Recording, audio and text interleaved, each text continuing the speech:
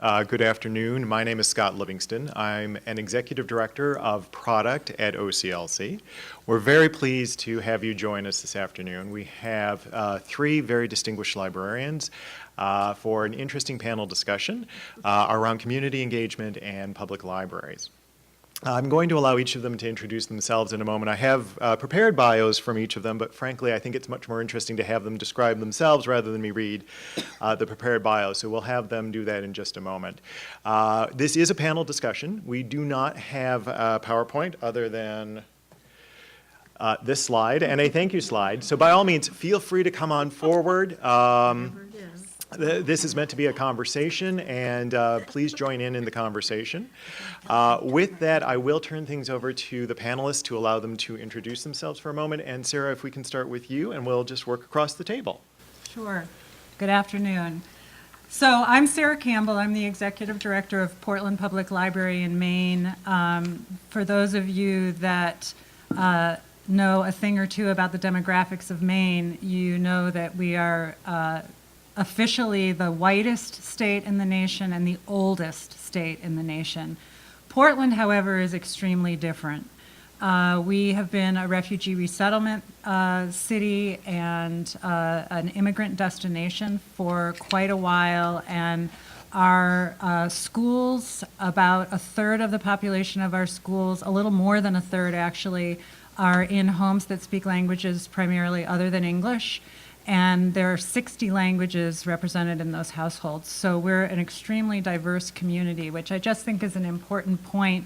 Public libraries, we're very conscious of the demographics and the diversity in our communities and really need to be in order to think about how to be inclusive for all. I've been the executive director for 4 years, happily, having come up through the system, originally in technology and systems. So I work with a fabulous creative team, and I look forward to sharing some of our stories with you. Lynette? Hello, I'm Lynette Shurtevant. I'm the library director in Rio Rancho, New Mexico, which is right next door to Albuquerque Public Library. And we are two separate entities, though we were shared at one point. Rio Rancho is a newer community. It's only 33 years old. And we have a very diverse community. We have a lot of transplanted New Yorkers and transplanted Californians, and then we have the New Mexican Hispanics and also the Native Americans.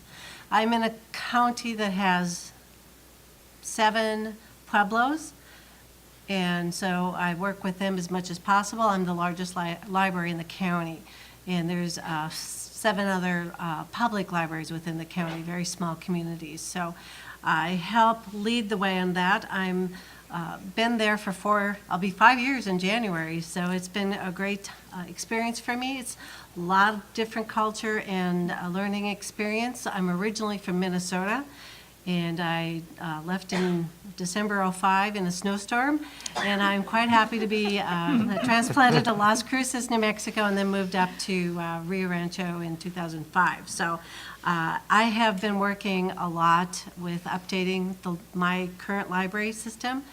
I worked with staff and engaged the staff into creating a brand new mission, vision statement, and just recently, and a strategic plan, because the city was going through updating theirs.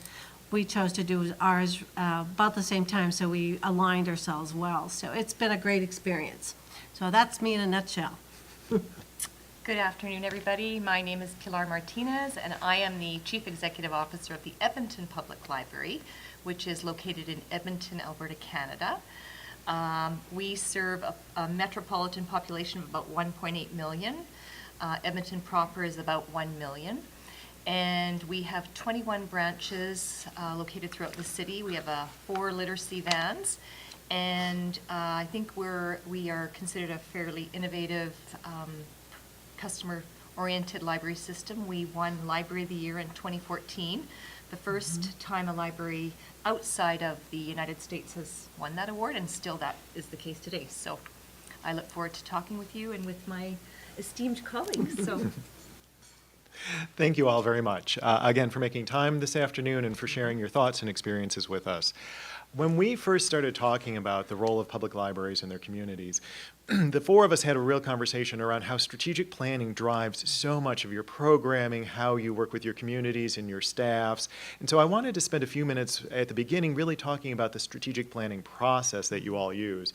Can you talk a little bit, and I'll open this up to all the panelists and feel free to jump in, about how your plan reflects how you and your communities view the role of the public library inside the community itself? I don't know if I have a volunteer. I can call on folks. So. Okay, I'll go. After you, no, after you. So polite. So I think that the strategic plan, of course, I think is one of those fundamental foundational documents that really helps us focus as an organization. And we have just completed our three-year business plan that goes with our recently completed 5-year strategic plan that runs from 2019 to 2023. And we have described it as EPL is the best place to learn, to create, to be, and to work.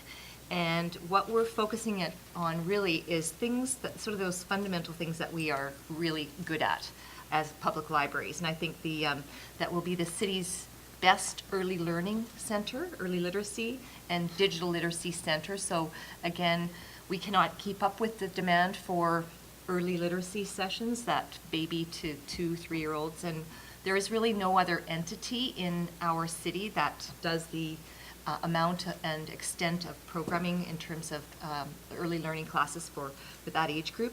Digital literacy, again, there's no other organization that does the extent of training for free that we do in terms of how to use your digital devices, how to download content from the library, how to access e-learning, and just basically how to navigate our digital society. We also are promoting our, I think, leadership in the city regarding creation and maker services. So, and we've really worked closely with our public and Catholic school systems on setting up maker spaces and that whole STEM learning, STEAM learning. And then finally, the best place to work is an area that we're focused on our staff. So we know that's our #1 resource and provides the ability for us to be that a great service deliverer in our city.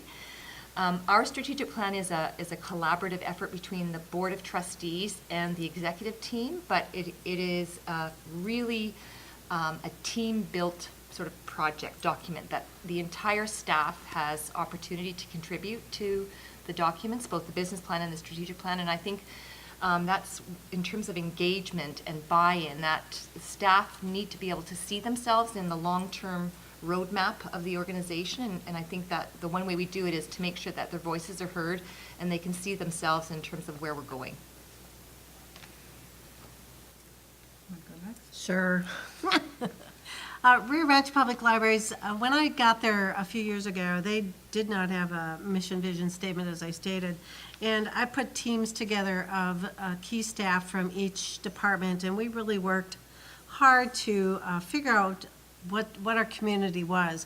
Rio Rancho is 110 square miles, and we have 97 or so thousand people that live there. And they're all scattered all over, and we have commuters, we have families. And so I found that my staff didn't really know a lot about the community. So when they did their research and learned about who they're actually really truly serving, really helped us to develop a really good mission statement. And our tagline that came out of that was encourage, explore, and enrich, because those are the 3 main areas we want to be working and encouraging and getting people into the library. And we also outreach into the community a lot. So it was a lot of fun to work on. And then sitting in with the city strategic plan, I also had the opportunity to remind the city the importance of a public library in the community. Sometimes we feel like a stepchild, so I wanted to make sure that they understood that we are a vital place in the community. We can be a center of the community, and how much we bring and provide not only within the library, but how we outreach into the community to our senior centers, to our assisted living centers, our parks, And we partner with all these different areas, and we also partner with our schools, and how that really helps encourage the literacy levels within our community also, and our readership. So, and we really focus on families, and our numbers of programming continue to go up, and I'm very pleased with that. And our support and everything comes from my advisory board to continue what we do. But I really have to commend my staff for really stepping up and really jumping in and really outreaching into the community and talking about the importance of libraries and being proud of where they work, because they did work as a team to create that mission vision statement. So thank you. So we go about strategy statements just a little bit differently in Portland. When I came on board 4 years ago as director, we had not had a strategic plan since we had done a renovation of our main library about 10 years earlier. And I actually subscribe to the belief that sometimes a strategic plan gets you stuck. I'm sure not in the case of my colleagues, but so we approach it more as strategic guideposts. And we went through a process that actually took about a year, and it was, like Pilar mentioned in her strategy development, it was a collaboration between the board and not just the most senior leadership, but also the director level. And we developed six strategic guideposts that were both a statement of the literacies that we're committed to, so that's somewhat aligned with what Pilar was saying. We actually named 8 literacies that include what we call economic literacy. So in addition to what Pilar mentioned, economic literacy, sort of financial literacy, but that's also where we house our what we try to do for entrepreneurs and small businesses. We also we have one of the premier art galleries in the city, and we are very aligned with cultural partners, so we also embrace our cultural literacy that we're cultivating. So we are oriented around these literacies, and then we've got purposeful statements related to our collections, our programs, our staff, and our partnerships that just are some guiding principles around that. So just as an example, I'll talk about our partnerships. This isn't a whole lot more than common sense, but the idea that we will invest in partnerships where we know we have something to offer and where we know that we are going to be able to make an impact because of that. So where there's a real win-win to it, where there's a mutual aligned outcome, that's how we're going to choose our partnerships. Because I think, 10 years ago, libraries had to go out and seek partnerships all the time, and now we're at a point where we're being sought way more than we can be responsive to it. So we need to apply some decision-making about where we're going to invest our energies. So we have our strategic guideposts, and then right on the heels of that, we celebrated our 150th anniversary. We were founded in 1867, and boy, we had some fun with our 150th anniversary. It was very much about who we are now, that is so demonstrative of the principles that we were founded on 150 years ago, but boy, they look different now. So it really gave us a messaging platform and frankly, a platform to have some fun. And I think that that's a message that public libraries, without diminishing the educational role and the significant civic responsibility that we have, that we also are trying to shift the narrative a little bit, that you can have fun and be loud and play, and some of the things that we were toying with casually earlier. So I guess I'll stop there for now. Okay, no, that's great. Did No, that help? Okay. well, it helped me. And one of the things that I think all of you referenced in your introductory comments, and certainly as you're talking about your strategic plans, this has come up more than once, is this sense of, or this need for stakeholder buy-in and participation. Mm-hmm. And public libraries have a number of different stakeholders, and even within those groups of stakeholders, there can be enormous diversity, demographic diversity, points of view diversity. And I'm curious about how you engage with staff, with your communities, to make sure those voices are heard and that all of those points of view are balanced in the strategic plans you're building. And I don't know if anyone has a particular point of view they'd like to share, or again, I'm always happy to call on folks, so. Sure. I can Okay. So I think that is the tricky thing about public libraries, maybe libraries in general, that we have a hard time saying no. But by doing everything, by saying yes to everything, then we essentially do everything sort of in a mediocre way. So I think one of the phrases that I love is that we are not all things to all people, but we have something for everybody. Mm-hmm. And that idea that it is okay to prioritize. We have limited resources, and we need to make some tough decisions. And one of the best books that I have read, and we have reread as a management group, as a librarian group, is Good to Great by Phil Collins. Mm-hmm. And he's got a great little nonprofit monograph that accompanies the book. That's for corporate sector. But he talks about, and that's really helped us in terms of our strategic planning. What you're best in the world at, what you're passionate about, and what drives your resource engine, and that intersecting sort of area helps you sort of define where you need to go as an organization. But I think that's the key, that you have something for everybody, but you're still able to say, what are our top 3-5 areas of focus for the next 3 to 5 years? How we engage people, the community, are in a number of ways. I mean, I think we have a community-led model, so we have probably 25 community librarians who are embedded in the community. Our walls are porous. They're delivering services out in the community, so there's that constant. It's not just a one-time event where they're gathering feedback for the strategic plan. We're getting that information on a continual basis and hearing about how can we break down barriers, what do we need to do to better serve people, how can we provide library services that meet your needs. So we're very, very, very connected to the community. The other thing is we're also very connected to our municipal officials, who basically hold the purse strings for the library. So I meet with our counselors at least 3 times a year, and my question to them is not, with my hand out, it's, what can the library do for you? What can we do to serve your constituents? So, for example, many of them have initiatives. So one counselor has an initiative on social isolation. So, that really fits with the library is a great solution to social isolation. So that one of them has a mandate around literacy. So anything that we can do to make our major stakeholders look better is another way that we connect and make sure that we have our ear to the ground. Sarah, I think you wanted to Sure. add something to that? Yeah, I think that one development that has been really powerful for us is that we've been early steering members of 2 collective impact initiatives in our community. And the work of those collective impact initiatives are absolutely tied into what our core mission is.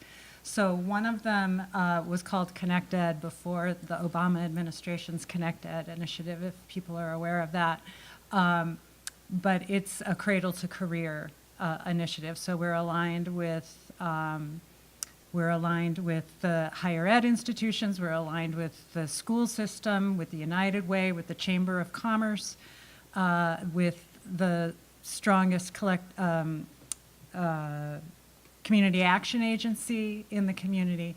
And we are working together in order to change the student success rates in our community. We're also involved in another one where the United Way is the backbone organization that is called Thrive 2027, and the commitment is to significantly move the needle on 3 goals in the community. One's related to health, one's related to financial stability, and the other is related to student success. So by connecting, by being present, by being available, we have become significantly embedded and key players in these collective impact initiatives. Now, some of that is directed by my efforts, but what we do, which sounds very similar to Pilar, is we have a very decentralized model with our staff. So our staff is encouraged and given authority to develop relationships in the community. And so they're creating their own networks exactly to be tapped into what the needs are in the community and to fold that into what we're trying to do. And sometimes it's not even something that's in their bailiwick, it's something that they're going to pass to a colleague. And so they build their own networks quite strongly so that they can make decisions. It takes a little while to build this, but we have a decentralized decision-making model that we're building right now too. So I think that those are extremely important to have the guiding principles be strong enough so that people know how to enact them in their own strategic way and develop their own strategic plans based on that. And to have such strong initiatives in the community gives us a really a very big platform for the potential for us to succeed. Lynette, I'm a little curious. With your system spanning such a large geography, it must represent some unique challenges in how your staff and how you engage with the community to really get that sort of buy-in and participation. And it's very, and I'm sorry to jump No, in, go right ahead. We also do not have any public transportation. So it really makes my community very interesting. The southern part of the city butts up against Albuquerque.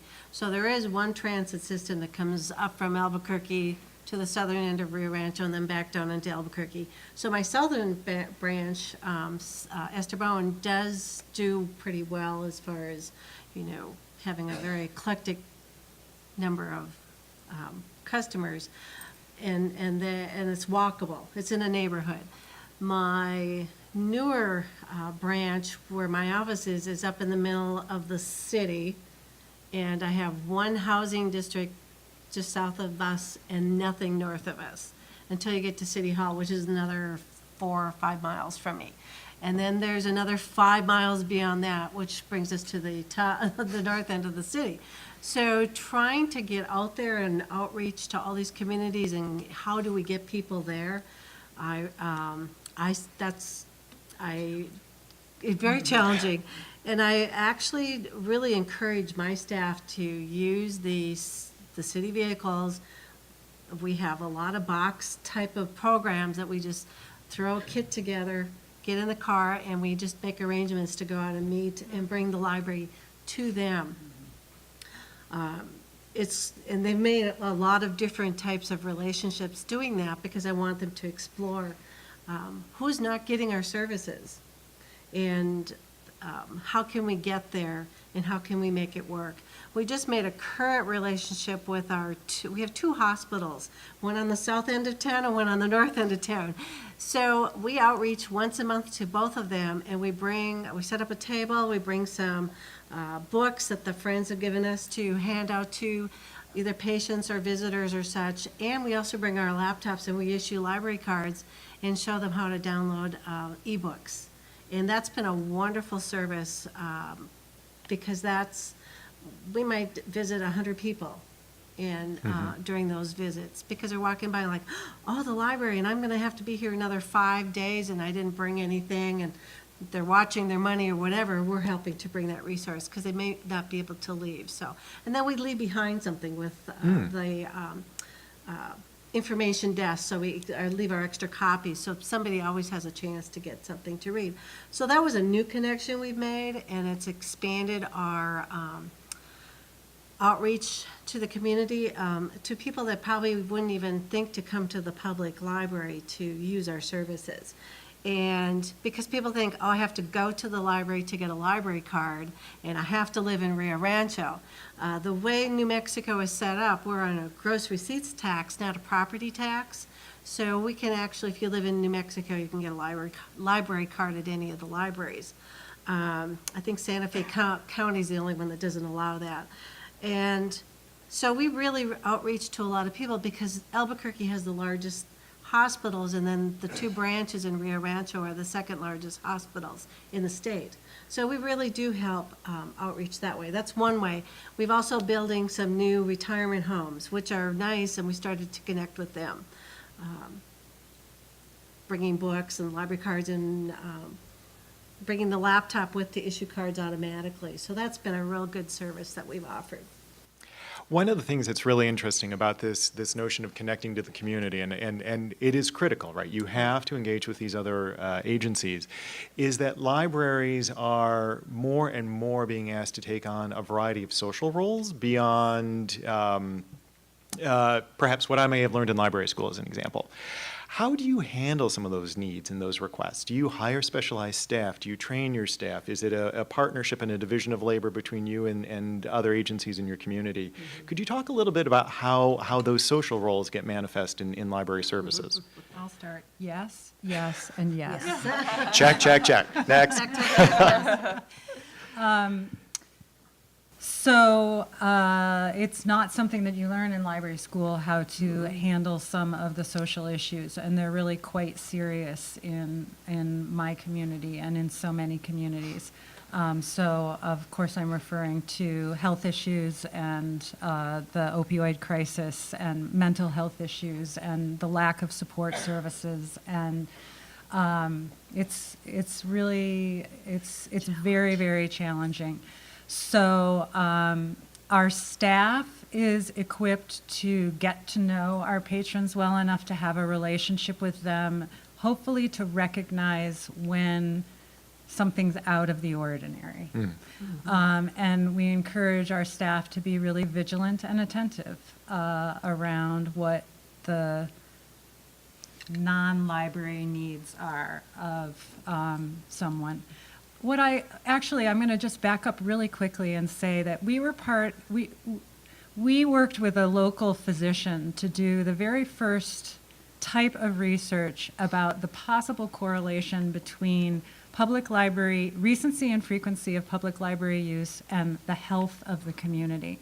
We did that about 5 years ago. And while we can't say that it was cause and effect, there was a very demonstrable relationship. It's I wish I could remember exactly what the percentage is, and I can't, of a relationship between the use of the public library and smoking cessation and other drug-related cessation.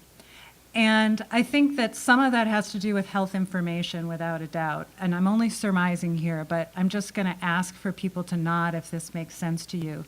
There's something about our space that makes a difference for people. There's something about having it be respectful, having it be proactive, having it be about potential, having it be friendly, that has an amazing impact on the human spirit. And so I think that what we're doing now is embracing that wholeheartedly and saying, that's exactly, where we've been sort of pushed towards saying, well, we should put everything online. Well, yes, and it is our space that sometimes is the service that someone needs. And somebody earlier today said something along those lines of the space being, it was very eloquent. I can't remember what it was, but it was that idea.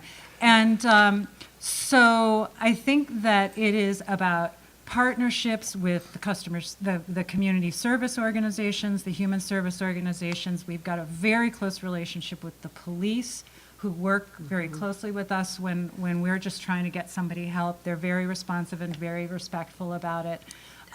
We've got our staff equipped to go so far, but then we always have to be figuring out what's that boundary where we're not going to ask our staff to go beyond that. And I think that that's going to be a somewhat fluctuating boundary for a while. And then we have had what we're calling our social worker in residence. We're just entering our second year with that person. And they they are a contracted person that we got a grant for. And I know many libraries have social workers on staff, and many are contracting and working with other organizations. And so we're still feeling out exactly how that position fits in, but it's already been very beneficial for many of our patrons in challenging interactions, but also, frankly, with our staff who are having to shoulder this and sometimes don't know whether they've done a good job or are they going to take this home with them, because these stories are hard. So, I'm just going to expound a little bit on that. I do not have a social worker available in my libraries, and there's many times I wish I did, because we do also have a lot of individuals that are emotionally or physically or mentally not stable at many times, but I feel my staff are non-degrade social workers, and we do encourage them to, as you say, be aware of who's in the building at all times, and have a very good working relationship with our community police officers and our school safety officers. And because I keep expounding to a lot of my staff that we are the last safe place that anybody really can go to without really being concerned. So if something happens, an incident happens, we need to be on it right away, because we don't want to ruin what I feel is a reputation of the library in the community as being that safe place. And I've had 2 incidents this last week with students fighting in the library. Somebody got in their space, they didn't like it. Not common for it to happen. Usually it happens outside, but we work with the school resource officer when that happens, let them know what happened in the library. They talk to the kids in the school, and we ask them to leave for a little while. But it's very hard on staff too, because you have to stand up and approach those situations. And sometimes it's better just come get me than, because I have no problem telling somebody to knock it off. But there's another thing too, that our EMTs and fire department have worked with the local hospital, the county hospital, and they do annual trainings on how to deal with the various types of issues that people, mental issues, emotional issues and such, and what they need to do and be prepared for those things. So it's a preparedness type of class. And it's an 8-hour day, and it's based on a lot of the social worker concept ideas that help equip my staff to deal with a lot of situations. So, Oh, wow. the next thing that I want to bring out is, I don't know if all of you have heard this or saw it, but I'm sure you did, that there's a drug company now that's going to give us all Narcan for our libraries free. Oh, yeah, that's already started a great conversation to my staff, so I don't know about yours. But it's something that when you have those new things coming out, and I don't want to knee-jerk on anything, but I also want to work with professionals that deal with these things as to what we really need to do as a library staff. My staff isn't paid to do a lot of these things, or paid enough, and I want to make sure that I'm within their parameters of where they feel safe also. So those are my thoughts and what I try and do, and I support my staff as much as possible. I work late, I make sure I'm there. If there's an incident, they know they can call me right away. I will deal with it if they don't feel comfortable doing so. And that's an important thing. A lot of times if it's some kind of a physical situation, the first thing I say to them is, did someone call the police, before I even make a step forward? And they know, then they dial 911, and then they come and get me. So I always have to make sure they know that you have to do 2 9s. But I'm rambling now, so I'll let you carry on, Pilar. Okay. Similar, I think, to what Lynette and Sarah have both said, I think the library very much provides a service of space, the best. I mean, we are a space that is welcoming, but also one that is non-judgmental, and I think that is very unique, a very unique role. We have 3 social workers, and our inspiration was San Francisco Public Library, and it started through a grant from the Alberta Justice Government Department, and we found the money. We cut a staff position, and we cut some other expenses to be able to fund this on an ongoing basis. Part of the requirement of the grant was to conduct a social return on investment evaluation report, and we demonstrated the millions that were saved as a result of proactive services, so preventative services from going to the police and ambulance and all those things. So It has been a remarkable an initiative. Right now, they work out of our downtown branch and 4 other branches that serve similar socially vulnerable populations. We also have settlement practitioners who work with new Canadians, people who are just arriving in Canada, newcomers who are navigating the system, and it's often the first place that they come, the public library. And so we have probably 15 that are distributed throughout our organization. This is funded through the Edmonton Immigrant Society. And a lot of these kinds of services are handled by partners. So English language learning, conversation circles, that's conducted by the Catholic Social Services. We have a lot of collaborative partnerships where folks come into the library, housing. There was a housing practitioner who would come in regularly and help people who needed housing. So, I mean, that helps us I think, address some of these issues, that we're part of the solution, but it's bigger than the library, much bigger than the library. In terms of staff, we provide training like mental health first aid for staff. We have training around critical incident debriefing, so staff, if there's some kind of traumatic issue, they have a way of addressing that. So I think, yeah, I'm not sure. I think maybe the intensity of these things has grown. I think libraries have always had a role in these areas, but the people who are using our social workers would often talk about how they would much rather come to the public library because there's no stigma. If they were going to a social agency, they're identified, they're stigmatized, but they're going along with their, the middle class so-and-so or the mom with their kids. So it's a really safe, non-judgmental space for us to be able to deliver these kinds of services. Definitely. That idea of, well, actually, a couple of ideas that were sort of referenced, right? Non-judgmental, libraries being about hope, aspirational places, and the number and types of services you offer.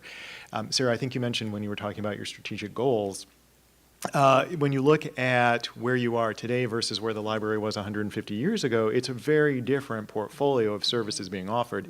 How do you make your communities aware of all those services when many may have sort of the nostalgic idea of, libraries being for reading services and checking out the latest fiction and that sort of, how do you make them aware of all the amazing things you're doing? They're never aware. They're not. In fact, I'm not aware of everything. Not the truth. So I think that social media has really been our friend because, so I guess to back up, I would say that it depends on the audience. So a lot of that happens through partnership. I mean, pretty early on, we figured out that if you partner with an organization for a program, then when they promote it and you promote it, you've just reached twice the audience. Yeah. So we really, everything, I would say we do about 1,000 programs a year, and I would say that everything that we do, short of some regular story times that we just do with our staff on our own, are with partner organizations, and even a lot of our story times, like when the train conductor comes and reads the Polar Express at Christmas, or when the police come and do a special program. So that the value of having your network connect with other people's networks, connect with other people's networks and other people's networks, is extremely powerful, especially when you're up against a narrative that is nostalgic and out of date, and your voice isn't, we're really good at talking to each other about how valuable libraries are, but to have somebody else talk about how valuable the library is, or did you know that this was available at the library? That I think does capture people's attention. Social media, we try to do as much that's creative on social media. We do promote programs, but we also do our marketing that way. So we do a lot of book faces, if people are aware of it, and books buying poetry. And we talk about contemporary issues so that we're making the point that we're up on it. We've partnered with our Chamber of Commerce to be the For More Information sponsor. So every time the Chamber hosts a major speaker, We're part of the email that goes out afterwards that says, if you want more information on this topic or on, these things that the speaker mentioned, here are 5 resources or links or events or, it depends on what the talk is. In fact, one time it was the head of the Red Sox Nation corporation, which is massive because we're close to Boston. But somehow it came out in the presentation that the chamber president was actually a Cubs fan. So being a native Chicagoan, I made sure that there was something about Quincy's favorite team, the Cubs, that was in there. So, we can play with it a little bit, but the idea is to give people something meaty as follow-up, because I think so much of the role of what we do in a public library is that it's building on one another, so you're not just coming in for the transaction of one experience, we're trying to connect you to the next experience. So those are some of my thoughts. Pilar, do you have something to add to that? Sure. We did every year we have 2 librarian interns, so they're recent graduates from the University of Alberta Library School to do research for us. And one year, it was about 4 years ago, we did a research on barriers. So what barriers were people facing in terms of accessing library services? And one was transportation, but one was awareness. And I think this is sort of a perennial, barrier that we have to face. And I think it's really difficult. I think folks who use the library, it's like me using the grocery store. I go down the familiar aisles and I don't see the new stuff because that's just human nature. So, but it's people, I wouldn't even use the word nostalgic. I think they see us as stereotypical, and sometimes in a negative way, how they experienced us as a kid going to school. So for us, I think one of the most impactful exercises was our rebranding. And this is an example of our library card. And the idea that when we did surveys to the public, one of the comments was that the brand and EPL was stodgy and kind of not really fun and fresh. So that was one of our goals, to be serious, do serious good work, but not take ourselves so seriously. So add some fun. So this card, they're in all different colors, and there's different slogans that were some suggested by the public and our staff. This says, "This card makes you smart." So we have one that says, "Chicks dig big brains." So things that it has been transformative. So we have signage like this, the really fun, fresh colors that has definitely had an impact. But I think it's a perennial challenge to get the word out, and that we have evolved. We're not just all about books. That books are there, of course, but there's so many other things we do. And I think by delivering that excellent service, we just had a forward-thinking speaker. We have an event called Forward Thinking Speakers. It's sort of about that civic engagement. And somebody was walking out and they said, "Oh, I just heard about this, and I'm so glad I heard about it. But how do you hear about these things?" And it's like, I don't know how we do better in terms of getting the word out. It's human nature, I think. Mm-hmm. Crazy. I want to just expound, because of my largest community, the space that we have in there, and reaching to everybody. We use social media. We have Facebook, we have followers, and we have, Twitter. We tweet all sorts of things, our programs, and different highlights of things about what our Rio Rancho Public Libraries do at both of our branches.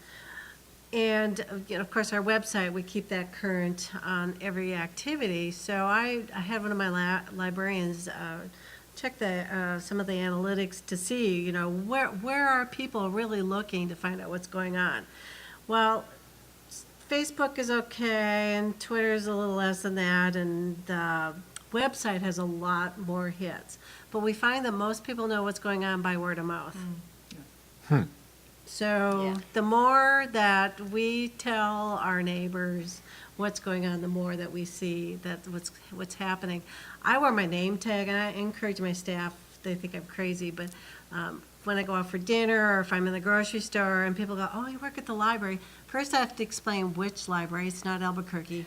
But, and then they can say, oh, the public library, which one? And then it's like, okay. But, I also say, and do you still have do you have a library card? That's my first question I ask. And then invite them to, this is what's happening this week, or check our website. Because I'm continually, I keep going back to this, have your 90-second elevator speech going while you're getting checked out at the grocery store line. And the most response I get is, I went there as a kid and I loved it. Okay. Or I need to bring my kids there, or I bring my children there, or grandchildren. So you get some kind of a conversation going, and it's good to feel that. And I always tell them, my office is at this location, and if you're in, stop by and say hi. And I do occasionally get someone from restaurant worker or someone from the grocery store stop and say, hi, I'm here. So it's kind of fun. That's awesome. I love that sort of spontaneous community outreach, right? There's programming and all the Right. sort of formal things, but there's also the opportunity just for real human interaction right there, right then. Right.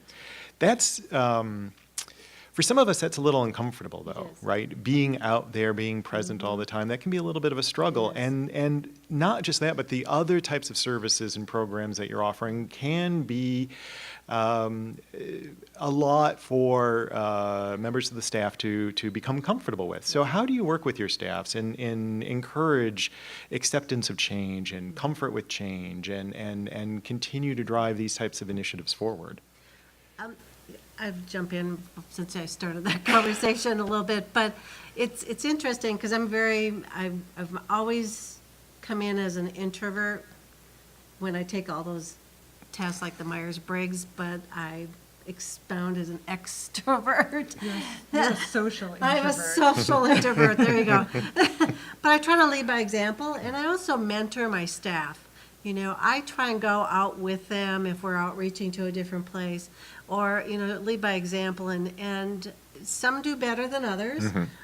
Some are actually come in and tell me, I was just at Starbucks and I want to let people know that, oh, by the way, we just hung a sign on the bulletin board at Starbucks about our program. So that they're slowly learning to get out of their comfort zone, but you have to lead by example for one thing. You also have to support them and just let them know that, it's okay. You don't have to go out and, run people over with what's happening or carry the flyer with you, just in a casual conversation to try and add something about it. Because, and I'm going to say this, and it's, I was accused by a librarian that I was the meanest person in the world, but we are more than books. I made her cry, but we are more than books. And we have to make sure that we let people know that, because they still have that stigma. Oh, I can go get a book for my child or my grandchild, or that's what I go to the library for. It's like, no, we do so much more. We have family programming, we have informational programming, we have one-on-one book a librarian so you can learn how to use your device, because half the people get a new computer and they don't know what to do with it. So these are all the things that we're trying to promote. So I have my staff look at the situations that they're in as to how they can relate what we do and how to assist a customer to know what we have. So that's how I expound it. I would just add by echoing something that one of you said earlier, which is about being prepared. So one of our strategic guideposts is that we have a confident and cohesive staff. So, that's a goal. You don't always have that automatically, but that confidence is about giving people a sense of being prepared for the situations that they're going to be in. So I guess through mentorship, through sometimes very specific training or guidance, we just try to lead them. And frankly, I think we're hiring for those interests. But I also, what I would say about my staff, and I'm guessing that this is true about every other public library staff, is that is one passionate group of people. And I think when people can speak about their passion, it's a lot easier. So I guess trying to help see whatever, if they have to become a public figure, that all they have to do is express their passion. And It's kind of simple, I guess. Hopefully not simplistic, but simple. I totally agree with both Lynette and Sarah. I think it's, the recruitment has been a big piece though for us. I mean, we have very few roles that are back of house. It's a public-facing career now in a public library, no matter what your position, pretty much. So I think being really clear about expectations is important, and also preparing and also giving staff the tools. So the talking points, these are the kind of messages we want to communicate at PowerPoint. If we're presenting to community organizations, how can we make it easy for staff to tell the story with their passion, of course. And I think in terms of change, and I'm sort of sounding like a broken record about this, but it's really about involvement. Staff support that which they are a part of creating, and that involvement equals commitment to those long-term goals. And for us, we have a structure of teams of staff from across the organization, different levels, different departments, different branches who are involved. Those teams are responsible for implementing our business plan. So everybody in the organization has an opportunity to not only be part of their own branch or their own department, but they have an opportunity to be part of a bigger system-wide goal.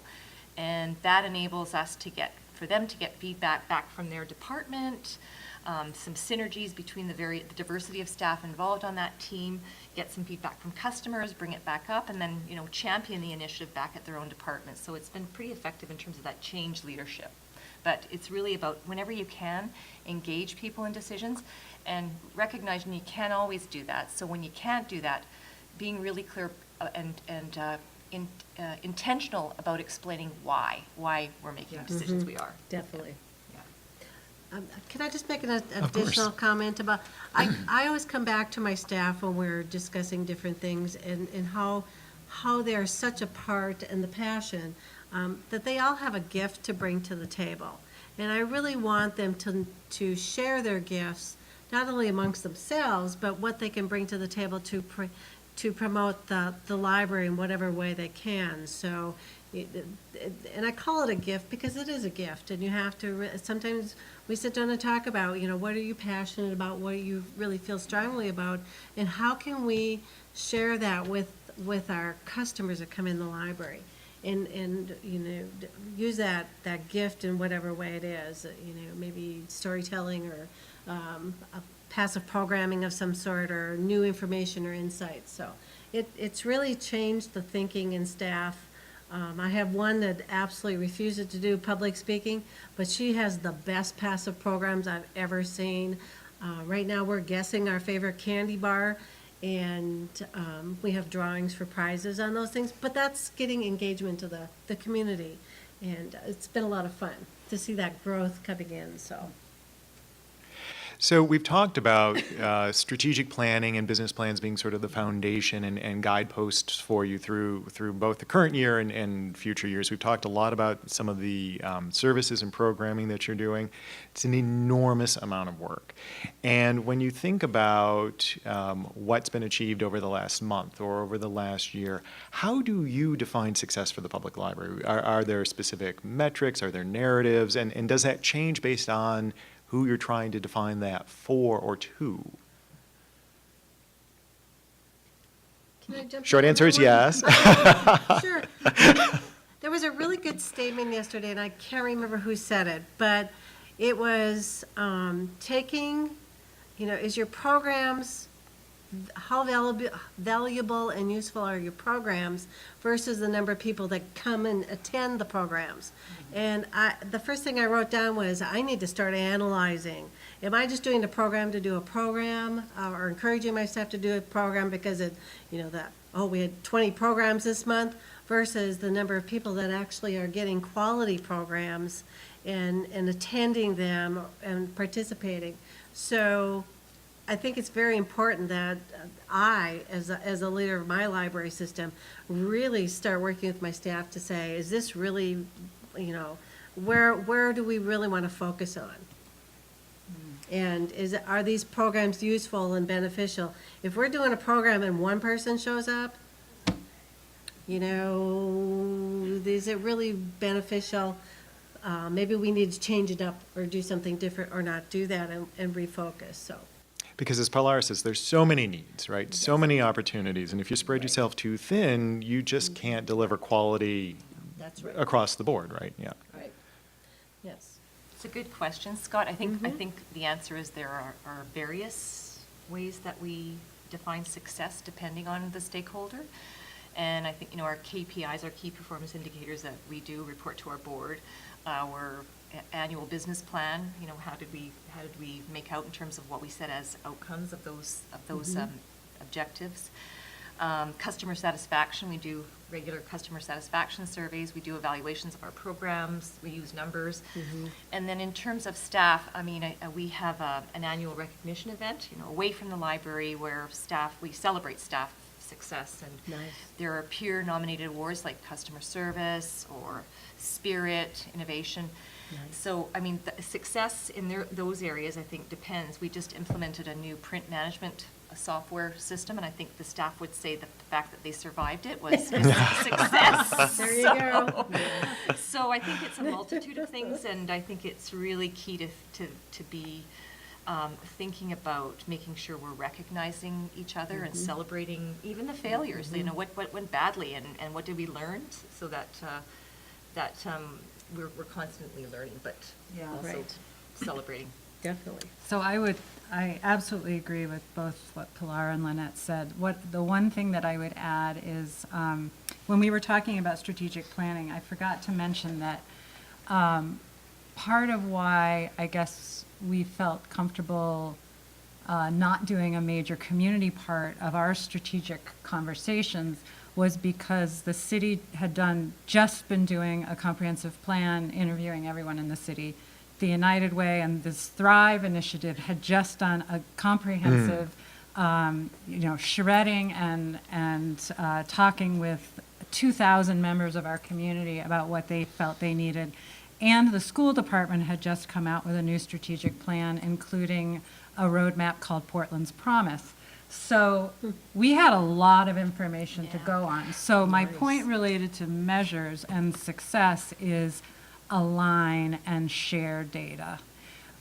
We haven't totally figured it out yet, but the school data, if you can get the student ID numbers from the schools and somehow match that to the people that are participating, for example, in our case, in our summer reading challenge, that can then indicate school success, that's gold, because that's not the kind of measuring that a public library is ever going to be able to do. So working with these larger, broader community strategic efforts and then aligning data is extremely powerful. Just want to add, I think that's a really good point. The is good. two other things that we're measuring, and I think it's critical to measure too, is staff engagement. So we do surveys that we can compare ourselves with other public sector organizations, because we want to know how we're doing in terms of staff engagement. Staff are our number one resource. That's where most of our resources go to. So we want to make sure we have engaged staff, and also our board of trustees are just doing a trustee evaluation, something that they do on an annual basis. So there's so many ways we measure success. Well, I want to thank you all three for your time and your creativity and your insights.